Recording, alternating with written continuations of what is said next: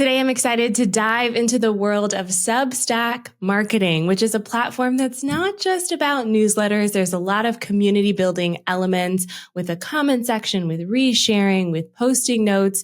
And I have amazing guests today that I read their Substacks. I follow their Substacks. I love them. And I want to learn more about how they're using them to market their business.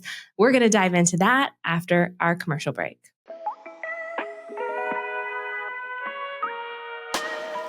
Welcome to the Mindful Marketing Podcast. I'm your host, ANDREA Jones. Tune in every week as we redefine marketing playbooks to break free from what we should do so that we can scroll less, connect more, and grow together.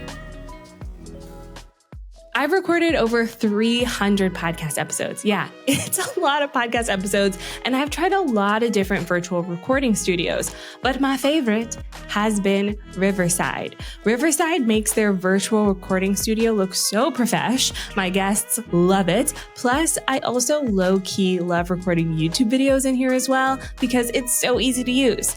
My team also loves Riverside because it spits out separate audio video tracks, making editing easy breezy, lemon squeezy. And if you want a little magic, they've got this tool called Magic Clips, which uses AI to take your video and turn it into perfect social media sized videos. I'm talking vertical videos for TikTok and Instagram, Facebook Reels, all the places you can post these videos with the captions included, and you don't have to hunt and search for that perfect clip. So if you want to try this out for yourself, click the link that goes with this video, or if you're listening to the audio on the podcast, it's in the show notes, okay? Click that link, use the 15% off coupon code. It's DREA, D-R-E-A, and try Riverside for yourself. Thank you, Riverside. All right, welcome to the show. I'm excited to kick things off. So I'm going to start with Kathleen O, who I've known for years and years and years. Tell us a little bit about you and your Substack. Yes, thank you. And ANDREA, it's so lovely to see you, and it has been years and years. I am an integration coach. My coaching has evolved through the years. Mostly what I do now is work with entrepreneurs or business owners in, I guess, their a desire to be more authentic in their life and in their business, and that those two parts of themselves line up. I am a social media outcast because of the nature of my work with psychedelics. I've wrestled with social media over the last 4 to 5 years. I was kind of a latecomer for social media because my business was brick and mortar since 2007. But in 2019, when I really embodied this psychedelic work, I brought myself back onto social media. But the fight was long and hard, and eventually they won. And I have been banned off Instagram multiple times because of the talking about drug use. So I migrated over to Substack, and the purpose of that was to be able to have open and honest conversations about safe drug use and the use of psychedelics for healing and growth. Yes. Awesome. And I'm going to dive into that too, because I kind of was creeping on your whole journey with social media and then also the banning from social media. So we'll talk about that as well. But next up on the show today, we have Becky Mollenkamp, who is an accountability coach. Becky, tell us a little bit about how you founded Feminist Founders, because I feel like I was at the beginning of that journey as well. And then how you developed your Substack. Yeah, I started my email marketing on ConvertKit. I'm one of the, I think, rarer few folks out there who have abandoned traditional email marketing for Substack entirely. I don't use another email marketing platform anymore. And for me, it was because I had gotten to a place of feeling this negative energy as I was typing emails to my email list of like, why am I giving you all of this stuff and I'm paying to email you and you're not buying anything anyway? Because my clients come through referral. And I was like, this isn't how you should feel when you're marketing your business. Like, you shouldn't feel resentment towards the people you're trying to sell things to.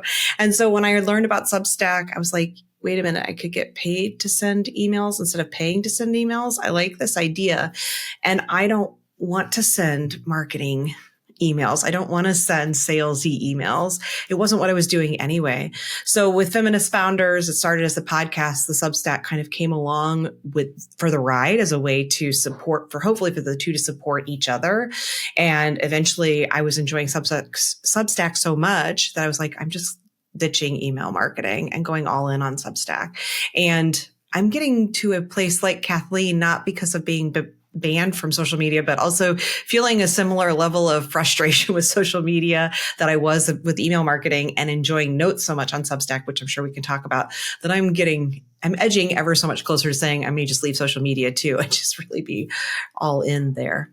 But Feminist Founders was for, business owners who are wanting to do business in a more equity-centered way. Awesome. Yes. Thank you, Becky. Love that. I've been seeing your threads, so I understand your feelings on social media. And a lot of people feel this way as well. Tara, I'd love to go to you. I think you were the very first Substack that I followed, and then also upgraded. And so it was for me, the learning of oh, this is what this platform's about. But tell us about the transition to taking what works over to Substack and what it looks like today. Yeah. So I switched about a year ago also from ConvertKit, and canceled my ConvertKit account, not because they're not a wonderful company, and with a great product, but because I wanted to do something different, which was just focus on my writing and podcasting as I've been doing for the last couple of years. So I switched all of my folks over to Substack when Notes rolled out. And it's been great to just focus on writing and think about writing and think about the podcast through a writer's eyes. And it's been really great. So I have some qualms. I have some questions still when I think about how I use the platform and what the platform's about and who's there and all of those things. But by and large, it's been a really good change. And I think probably unlike a lot of people, or at least a lot of people who are going to be listening to this, my Substack is not about marketing a business. I don't think about it as marketing, very similar to what Becky said. It is a newsletter that I write and that people support. And that's what it is. And I know a lot about marketing, but at the same time, I write about all sorts of different things and don't use it as marketing. So that's my deal.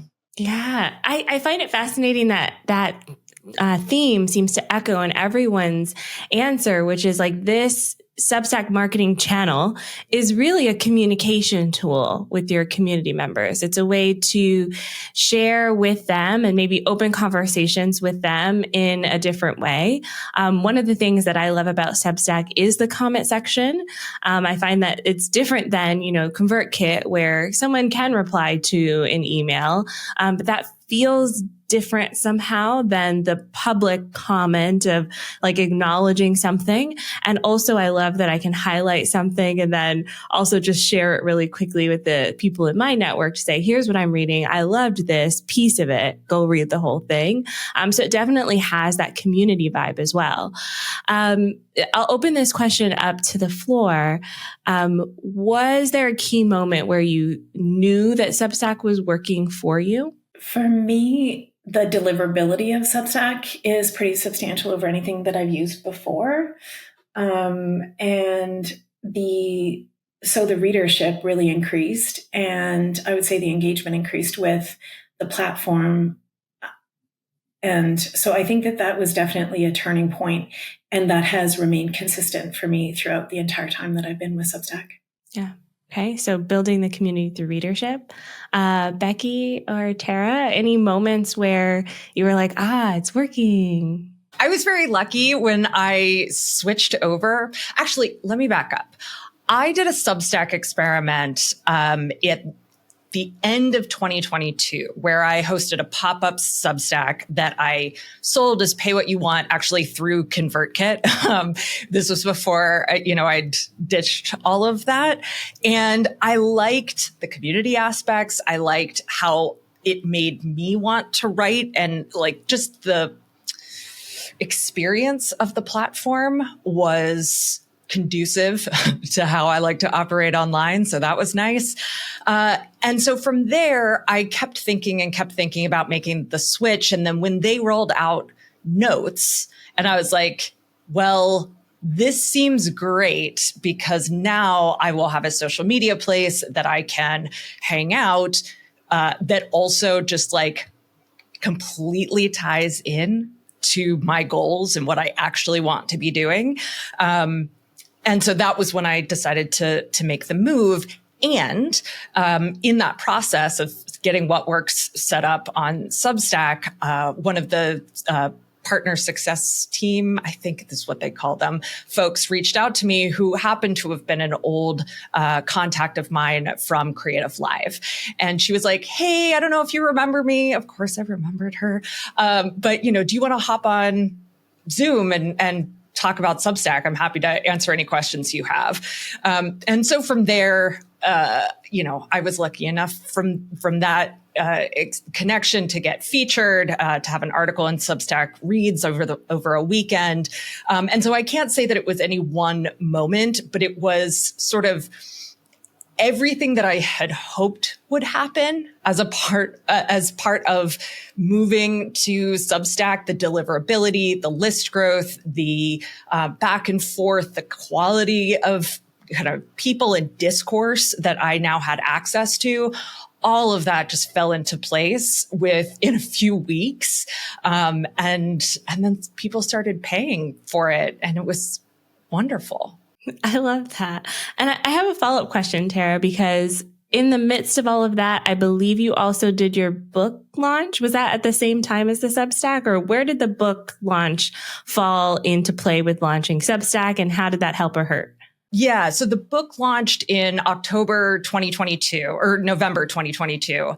I moved to Substack in April 2023. So that there was actually a pretty, what felt like a long period of time. I suppose it really isn't, but there was a pretty big gap between those two things. What I'll say about that, though, is that I had good momentum coming off of the book launch, right? Plenty of people who had interviewed me on podcasts. I was, the book was being featured. I was being featured, and it got renewed attention in January of 2023 because it's a book about goal setting, and that's what you do. And so I was in a good position where I didn't feel like I had to be promoting the book hardcore in this new place, but at the same time, I had momentum from that launch. Okay. Interesting. Yeah. Interesting how everything plays together too. I'd be curious to see how, as your Substack grows, other areas of the work that you do grow. Becky, I'd love to hear from you as well. Was there a key moment where you were like, Substack, it's working for me? Yeah, I was going to point out a couple, and first just say that I hope to be Tara someday when I grow up. I've seen what she's doing, and she's one of those folks that you look at and say like, oh, that's the kind of success I hope to get to on Substack, which I know for Tara, she's probably like, no, I want to get to another place, but like, I would love to get just to that place. But for me, the first place of success felt like when I started it, and the immediate relief I felt. So like the internal success was right away of feeling like this just feels better. It feels easier. The lift feels lower. The reward feels greater. I'm getting feedback from people. And I just could feel such a difference from when I was in.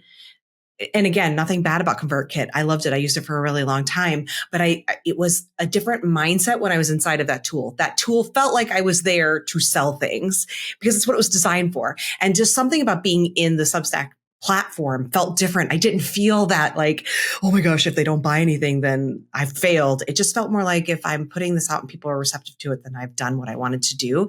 And I could feel that relief immediately. And then about 6 months later, about halfway to where I'm at in the journey, because I'm coming up on a year, I joined I think while I had some success on Threads, and as much as I said I can't stand social media, there was another sort of turning point there where I was getting a real influx of new subscribers from my efforts through Threads, only because it was the only link I have in my bio on Threads and people were finding their way. And it started to become this first real influx of new subscribers who were new to me, new to my world and finding me. And that felt like, okay, I can get new traffic to this thing and have it work.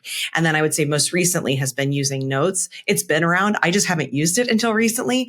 And I've started to discover like, oh, this actually feels a whole lot better than Threads or X because I can show up. And so far the community inside of Threads, I've not had a single rude or hateful comment or anything inside of Notes. And I cannot say the same for Threads, which is like daily I'm getting negative stuff. Now it's a smaller audience. That's part of it, but I also just think it's a better audience. So I've had multiple checkpoints where I've been like, internally it's feeling better, externally it's feeling better. And now I'm actually starting to see like, oh, the platform itself is going to help me with my business. Yeah, that's beautiful. I love to see it. And I love being like the fly on the wall to all of you and going, oh, look what they're doing. I love it. So thank you for allowing me to pick your brain.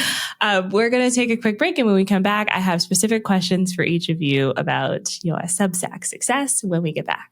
We are long past the good old days of MySpace. And despite what those Facebook ads are touting as the magical AI solution antithesis to social media is not dead. It is simply evolving. And that's what we're exploring at the Social Media Day Summit. Join me and my fellow experts on June 30th as we dive into what's working for social media marketers here, now, and today. We're exploring innovative strategies and timeless tactics that you can use for both yourself and your clients. Grab your ticket today for $10 and I'll see you there. All right. And we're back. So Kathleen, I want to start with you because I find your approach to Substack interesting. Out of our panelists here, you're the only one who doesn't have a subscription model on your Substack. However, it is very closely tied to the work that you do. It's so deeply personal, the work that you do. And also it's your kind of, in reading your newsletters, it feels like a nod to what you do without going too deep into the weeds of like, here's specifically what you do with psychedelics, which is different from your approach to social media. So that very long question is all about, I want to just dig deeper into how you approach Substack and how it ties into your business model. Give us all the details. That's a good question. I think Substack is just a place for me to be myself. And that what I know about working with clients in this realm, often it's a really big trust building experience because I think that there's a lot of stuff that goes on that is quite shady and there's a tendency to, I would say, be disingenuous about processes and people's healing and that, I think I can display my work as part of who I am. And that really what Substack has done for me is allow me to speak openly about that. And it's not a great marketing model. I have to be honest. It's not like sexy. I get, a vulnerability hangover often with some of the things that I share.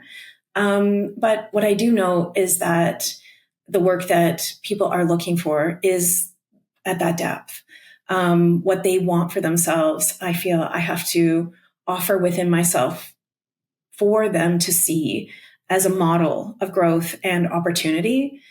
I think with what I learned in all of the years with Instagram, and it was that people just they had a lot of opinions about it and they weren't kind.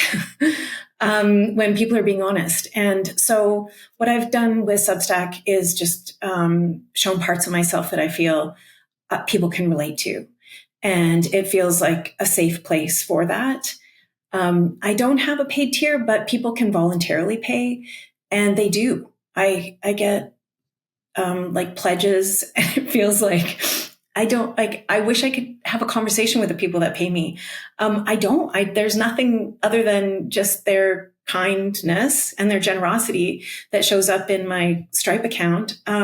So it is there. And I do know people see the value in it, even though I don't promote it in that way.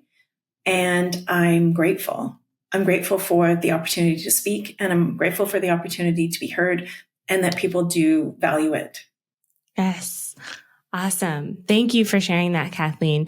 Do you find that there's a different energetic experience with Substack versus, I saw your work on TikTok, for instance. There was moments where you had like really viral videos, and then also the like vitriol in the comments that comes with that.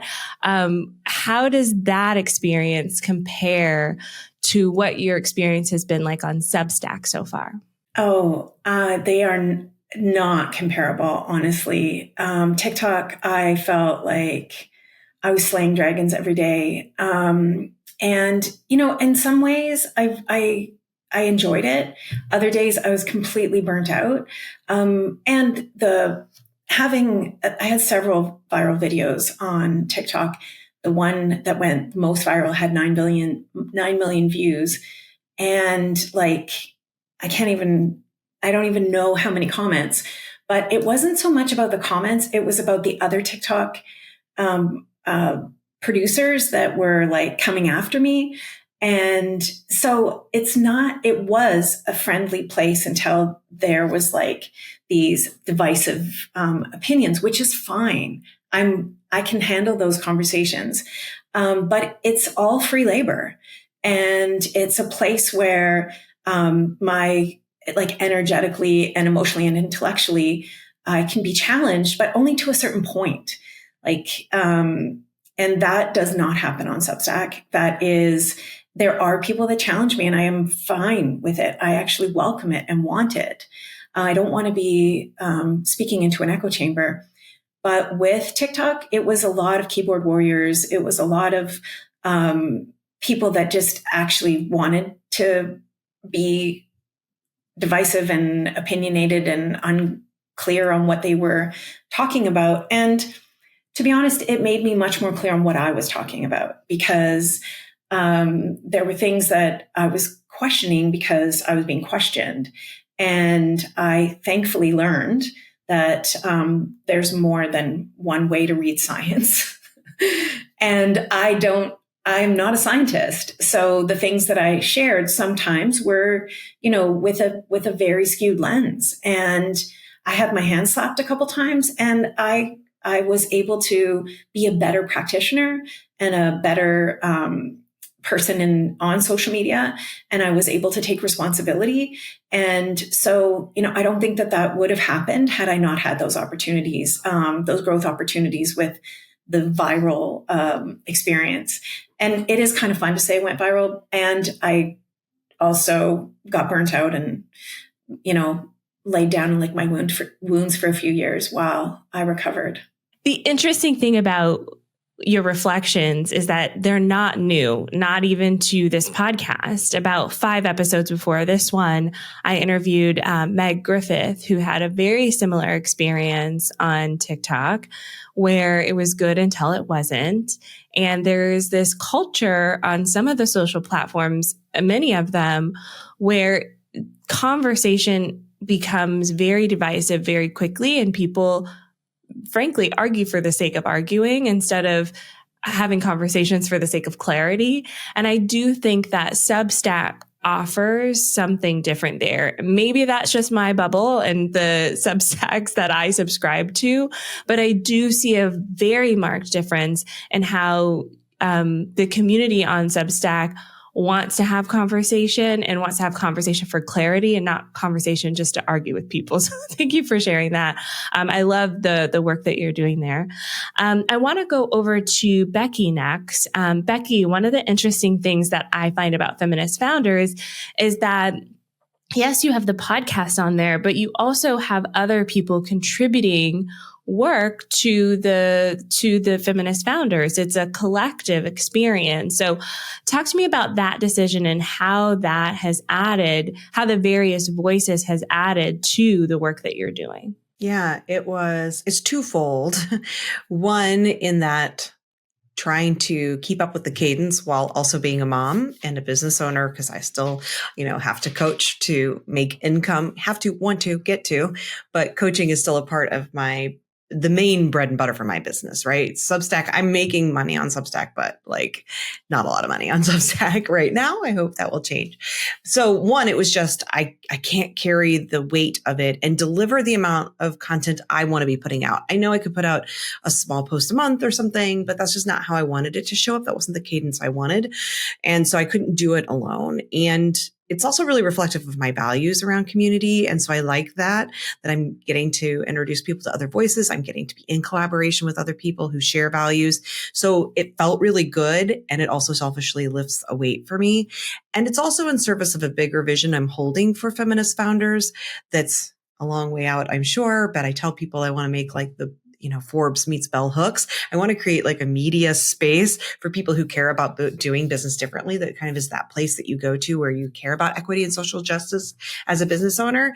And the first step towards that to me felt like, how do I decenter myself from this? Because I don't want it to be Huffington Post and I'm Ariana Huffington. I want it to be a space that is feminist founders. And I happen to be the editor of the space, but it's not just my voice. And so the first step towards the baby step that I could do now felt like, how can I bring other voices into this experience? And so I have guest writers, and they're all doing it because they want to amplify their own voices, because they care about me, they care about the mission. And so they're doing it for free because I'm not making a lot of money.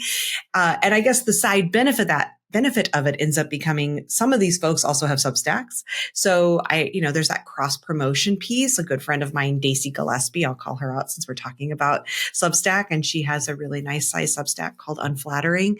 And we happen to be very old friends. We live in the same city and we were mastermind partners. So she did a Substack for me. And, she carries weight in the same way, Tara, you have weight in that space that many of us don't have and that we're trying to build. And being able to collaborate with other folks on the space who have a bigger following is a huge opportunity that inside of Substack that you don't get when you're using ConvertKit. There's this, although I know that they're now trying to compete in the same way, but you get this opportunity to say, look, there's this other audience and I want you to learn about this person. I mean, Daisy just recently commented on a post that someone shared on my Substack 2 months ago. And her comment has brought in a giant influx of new subscribers. And I think it's really interesting for the people who have that kind of weight to think about how to use that weight.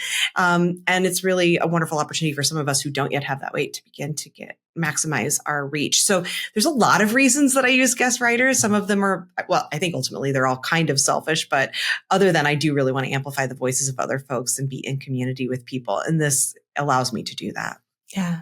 So how do you decide what's going behind the paywall when you have guest writers? Are all of their submissions kind of the public facing ones, or how do you make that decision? Yeah, this is still it's always a work in progress trying to figure this piece out because I don't have a lot of paid subscribers yet. So that audience is so much smaller. And the last thing I would want to do is say, hey, give me your free labor. And then I'm going to show it to the tiniest fraction of people that I have in this audience. So everything I do that other people write absolutely goes to the entire subscriber base because it just feels fair. I'm not paying you. So the least I can do is allow you to have maximum reach.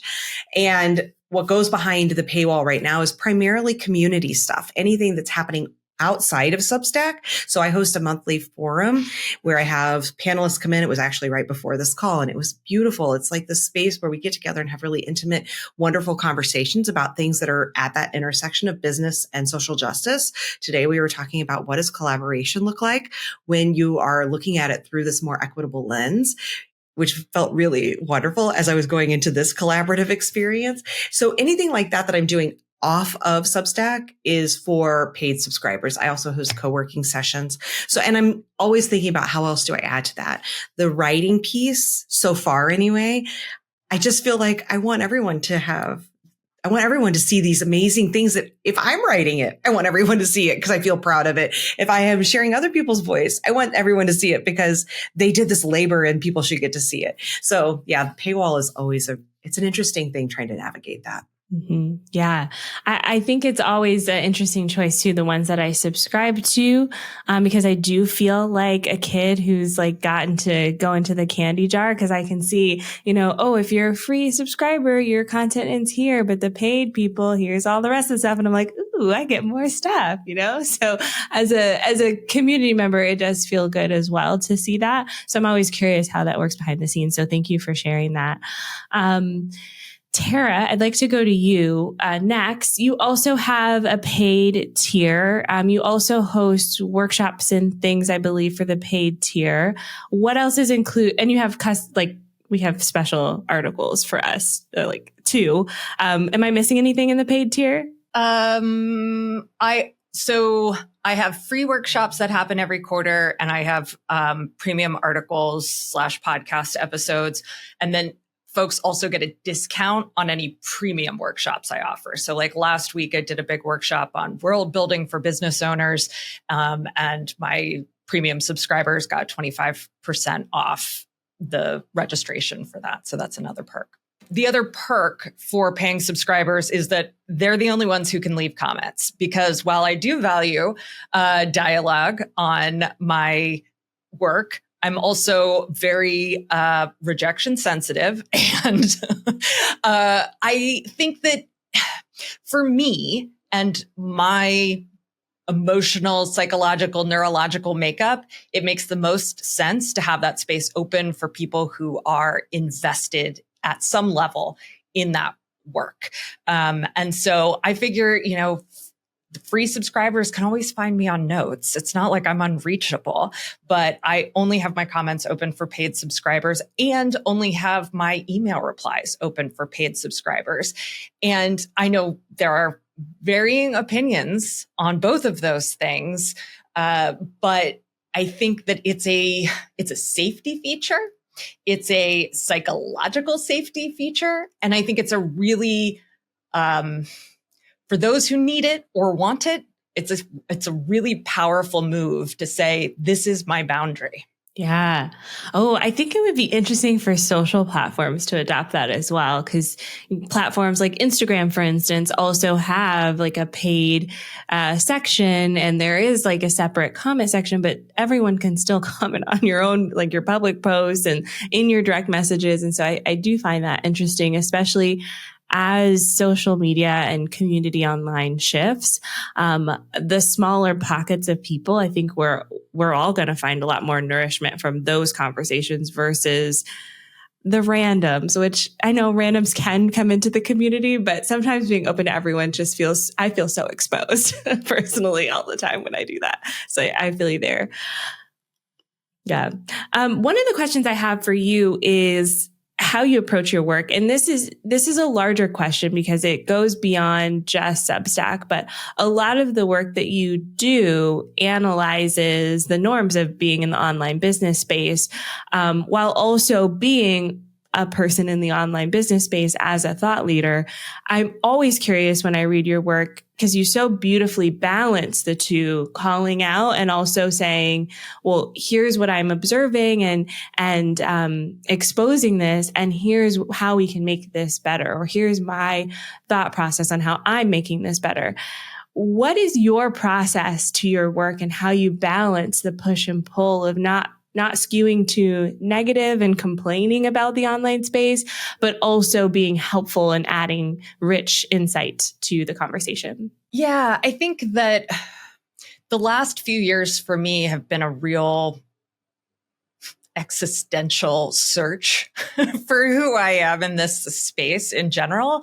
And where I've kind of ended up, and certainly where my Substack, the premise of my Substack is sort of the future of work, because I think the future of work looks a lot more like what we think of as online business than what we think of as the traditional 9 to 5. I mean, with all of the layoffs that we've seen in media and tech over the last few years, a lot of those people have just been scooped right back up into contractor jobs. And even if they're just working from home now and don't think of themselves as business owners or entrepreneurs, they're very much working in the same containers that we all are.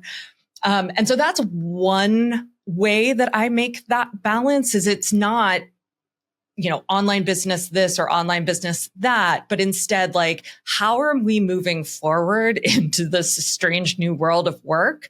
And what are the systems and structures that we can question as we make that journey together? So that's one piece. Another piece is that I really don't think of myself as being in the online business world anymore. It is something that I'm very familiar with after 15 plus years. It's something that, all of our podcasting clients in my other company are involved with in one way or another. But I don't think of myself as a thought leader in the online business space. I'm way more interested in being an analyst, being a critic.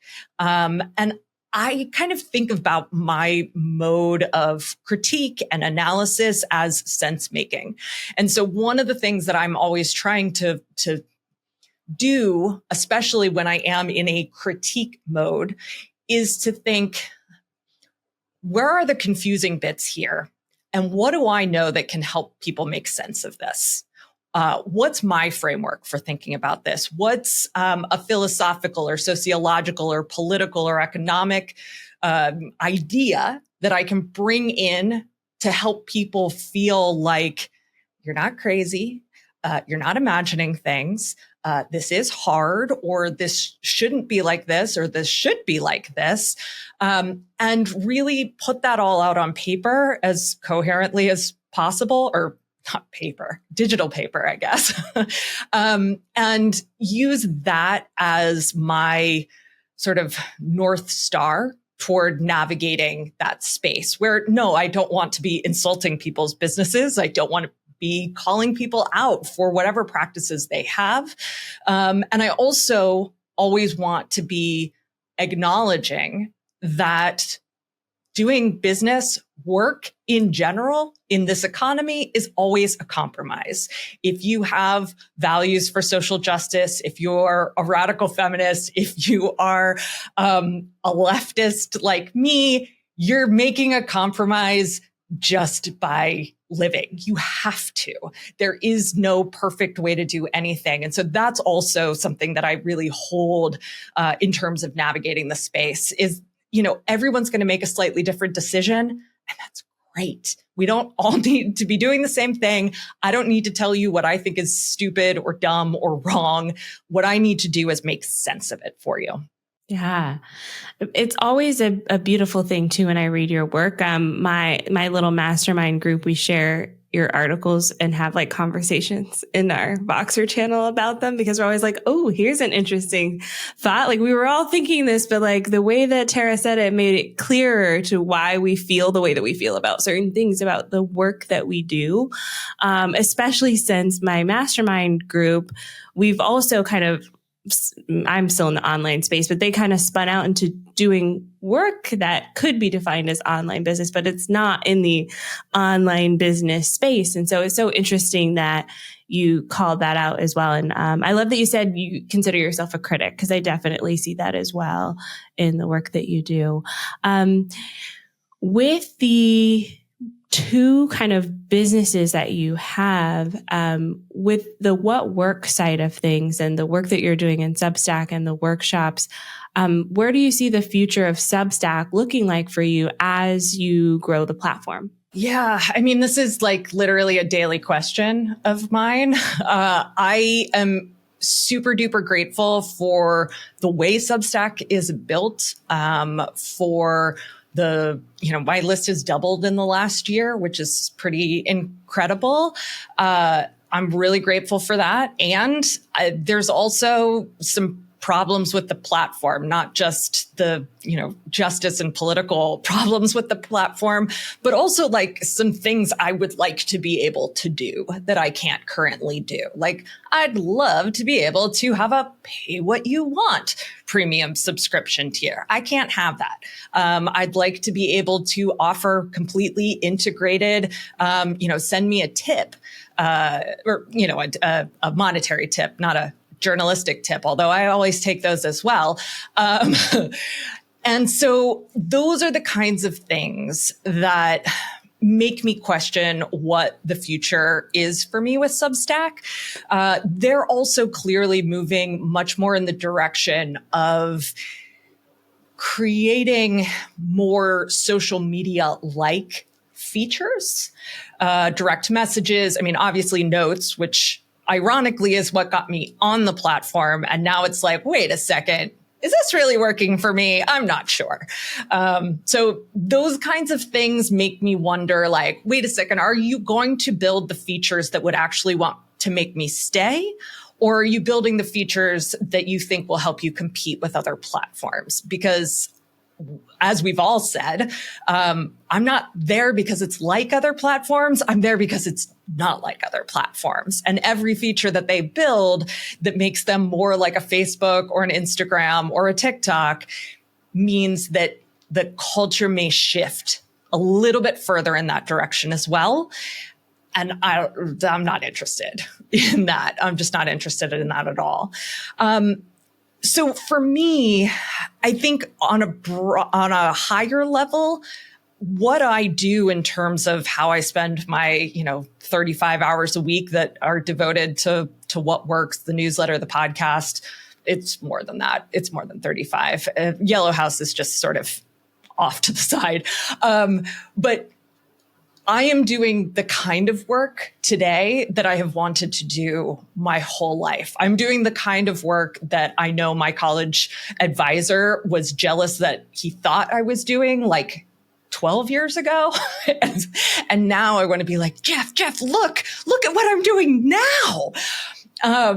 Anyhow, so in that way, all I want is more of this, please. I want to make a reasonable living writing on the internet, talking about the things that I find right and wrong and in between with the way we work and the way the world functions, and spend a lot of time reading so that I can write those things. And I would be a very, very happy person.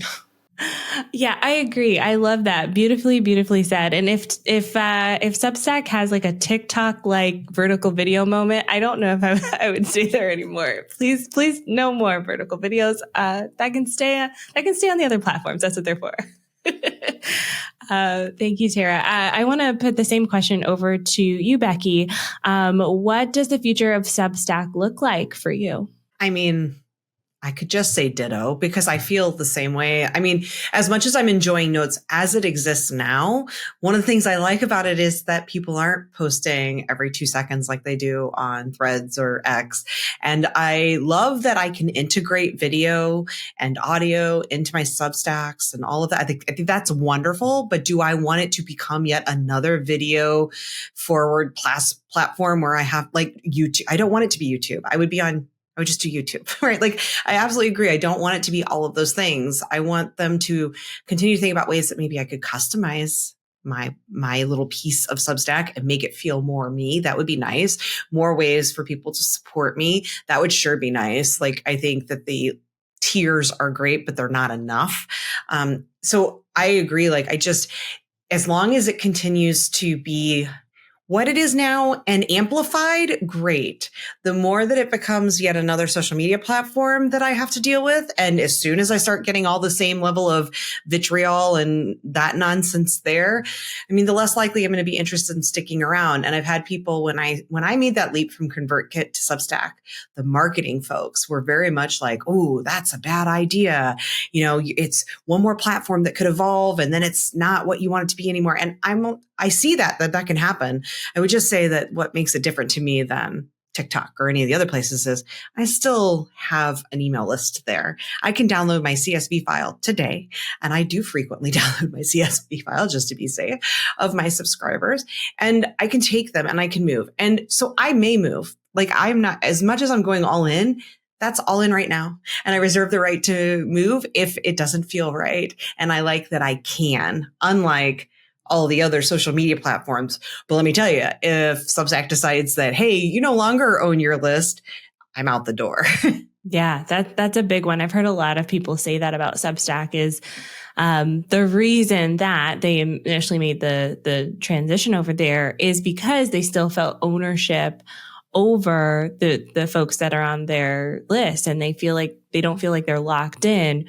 Whereas, traditional social platforms, you can't decide to go from, Instagram to Facebook and just pull those people from that platform over to this one. It's a very, very tough transition to make. So I like that. Do you have anything in the future for feminist founders? Any fun future projects?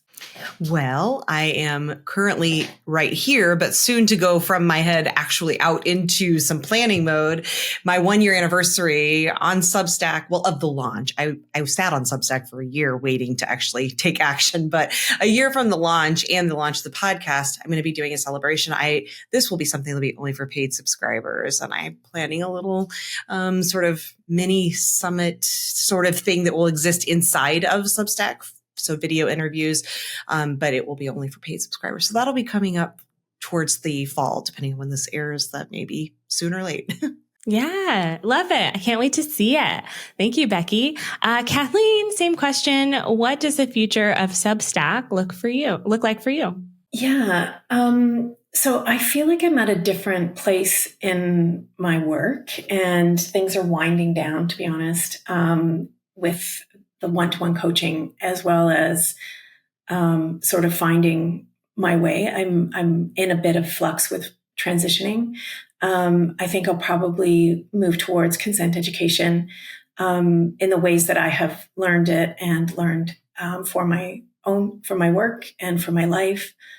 What I've also learned with social, it happened with Instagram that I found myself as a writer in a way that I never knew. And the kind of the heartbreak of part of my story with Instagram is when I got really honest about what, addiction recovery and drug use and all of those really, really intimate parts of me that I was sharing on social media is ultimately what got me shut down. I unfortunately lost all that content.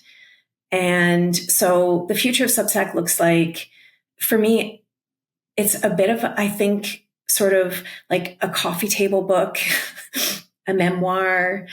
I have beautiful graphics. I feel like it's a place where there's a soft landing. I love and appreciate words so deeply. And the art of that feels like home to me. And so the Substack, I think, will become much more personal and less about my work and less about the journey and more just kind of the expression of who I am and who I became through this work. And like I said, I think I'm getting to the point where 19 years of coaching has kind of gotten me to the place where I can put it down and pick up some other passions. Yes, beautifully said. I love that. And thank you all for hanging out with me today and letting me dig into the behind the scenes of your Substacks. I will continue to be a fan, and I hope all of you listening and watching this episode will be a fan. So head on over to the show notes, OnlineDrea.com/311 for episode 311, and check out everyone's Substack. Please, please, please go and look at these Substacks. Get inspiration if you're thinking about starting a Substack, if you're on Substack. If you're a marketer and you're looking for ways how you can bring Substack to your clients, I think these are all really great examples of what's possible on the platform. So thank you all for joining me today. Also, make sure you head on over to Apple Podcasts or Spotify, leave us a 5-star rating, helps keep us in the top 100 marketing podcasts, all for your support for listening to the show. I'll see you next week with another beautiful episode. Thanks so much. Bye for now.